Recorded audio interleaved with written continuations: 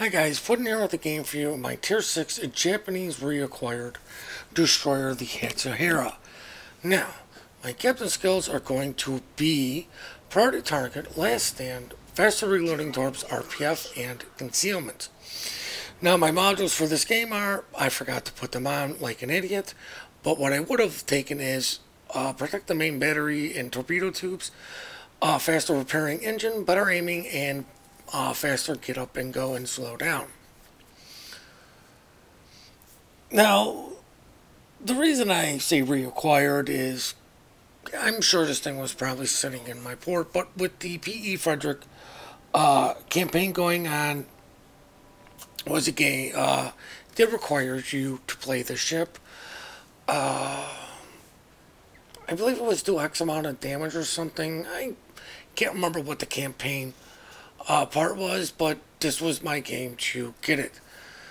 The other thing is, you see a lot of high tier gameplay from us, and you just don't learn it all at the high tiers. You've learned it throughout playing each tier, each class, each type of ship, and all that other stuff. The more ships you play, the better you will have an understanding of the game and how to counter them. But as you can see, we are heading towards I am in a 3-man div with only the Wicked. I believe this is his alt account, the Wicked Worm. And I think it's, I can't remember the third gentleman, but it is one of Oni's friends. Now, I'm just kind of dropping torps to drop these things to hopefully push that guy out of his smoke. If he's got Hydra or something, or to slow him down, just to make him use his Hydra in a position where he might normally not want to use it.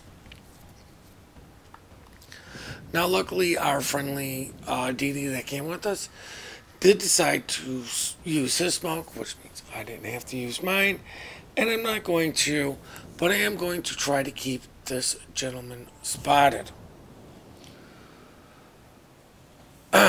Now, as you can see, we got the overpowered Julio Cesare, which means, hopefully it's somebody who understands that ship.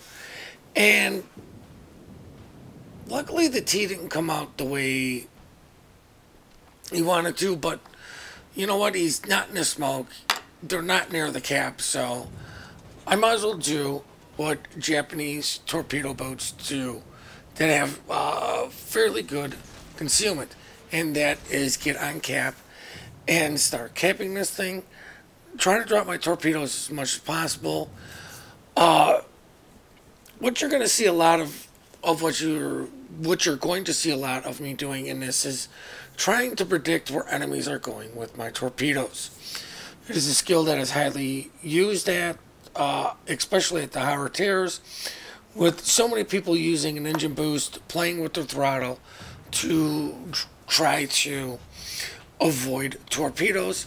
So the sooner you can learn this and how to use your torpedo indicator, the better off you are going to be. Now, unfortunately for me, the T probably spotted these torpedoes for the P.E. Frederick.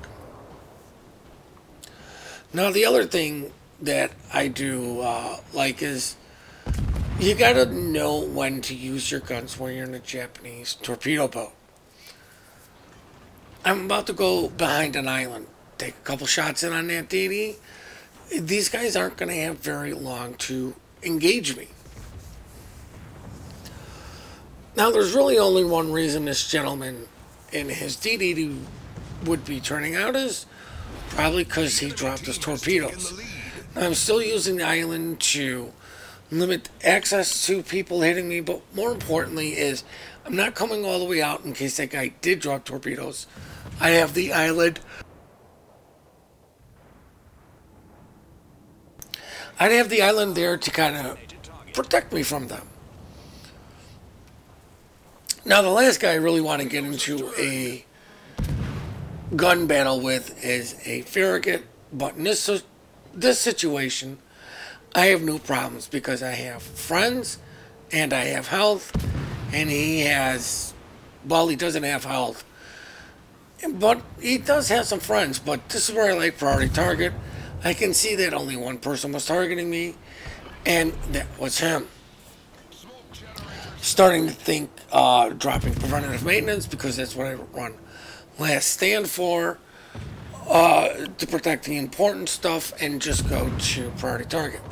Now I knew the torpedoes had hit the P Frederick because that is what I sent against. I knew that he damped gone because I did get a flood. Even though I wasn't looking at him, I could tell these things by looking at the damage counter. For the most part, I knew he DCP'd because damage counter wasn't going up. He was spotted. If I would have hit the DD with the torps, probably would have outright killed him. So I knew it was a PE Frederick that got hit with these torps and used his dam com. And that's what I mean. But like, these are little tricks you learn at the lower tiers and are highly used at the top tier. Usually if you get a hit in smoke, it's like, hey, I hit the DD. That's one thing I do want to pass along to you guys. If you get on cap and you're not spotted, don't smoke up. You just tell everybody exactly where you are. Now, I do believe these torpedoes are spotted instantly because I am spotted by a plane. I do believe that is still the case with that.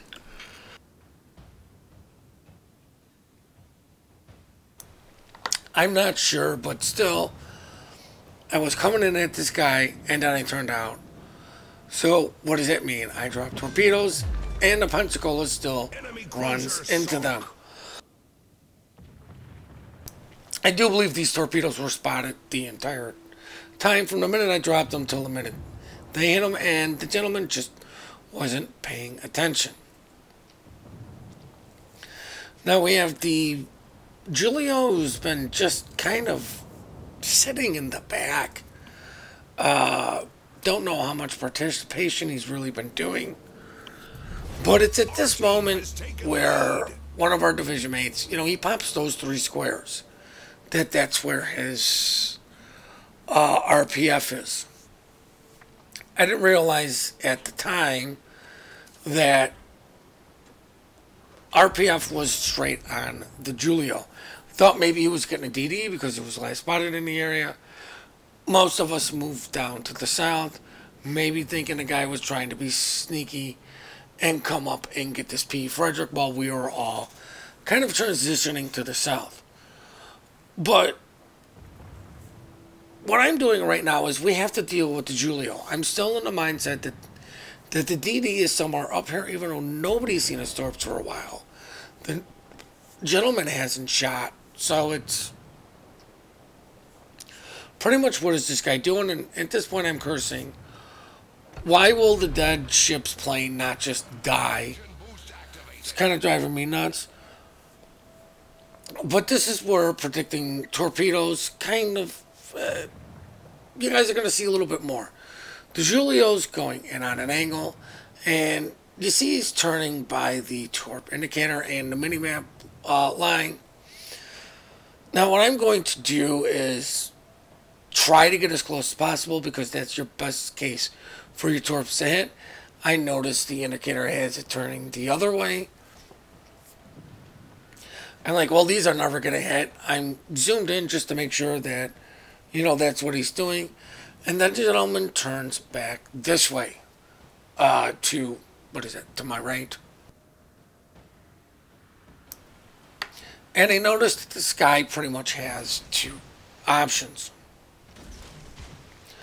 Continue to turn and slow down, which is what's just going to naturally happen. Or continue on that angle and run into the map border, which is why you saw me drop the torpedoes just behind the indication of where he's going to be. Because he's turning, slowing down, and he will eventually speed up once he continues his turn. As you can see, the torp indicator really hasn't stopped moving as far as what this guy's doing, where he's going. And it's kind of at this point where I'm thinking, man, I want these torps to come in, hit home, do some damage. I was kind of hoping for the just deletion. But as you see, I got 3 torpedo hits with the flood. It's kind of at this point where I really, really wanted to smoke up and just start shooting this guy, get him on fire, and use my guns. But sadly, I believe the Farragut is too far, and my division mate at Dunkirk will never have spotted him due to his position and all of the islands, which means I'm the only one spotting him. So smoking up would just not be the wisest choice. So I'm just going to try to predict once again what this guy's going to do with, where he's allowed to move, and try to drop torpedoes. Now, I should have asked my division mate, can you see this guy? Are you spotted by this guy? And should have asked him sooner, but I'm like, you know what? At this point, it's stupid to even try to use a torp or to use my smoke to shoot this guy, because I knew he would die to my good friend, the Wicked Worm. Now, we're not in the best positions, but we're not in the worst positions. They still have a carrier. We do not. I don't know the status of the enemy carrier's planes, what they are. Really haven't been paying attention. But we've kind of always held the caps. But that can quickly turn against you. There's a fairly healthy Pensacola. The P. Frederick, I'm trying to drop my torps where the smoke is for the last DD. And I'm only dropping one set because I wanted to shoot at this gentleman. Actually got hit with a lot of lag in this game, so I unfortunately missed the DD, but I'm going to take shots on the PE because I do believe that they're going to easily be able to take care of Dallas. Also want to make sure that the guy is being reset. He's really the only guy I can reset. I turned my AA back on, and, hindsight's always 20. Yay, lucky for these torpedoes. Nailed the DD. And like I said, I do believe they were spotted because I dropped them while I was under the cover of being detected by planes. I just keep my AA on because I'm like, you know what, these guys need to die. Maybe I can get even more luckier and continue to shoot planes down.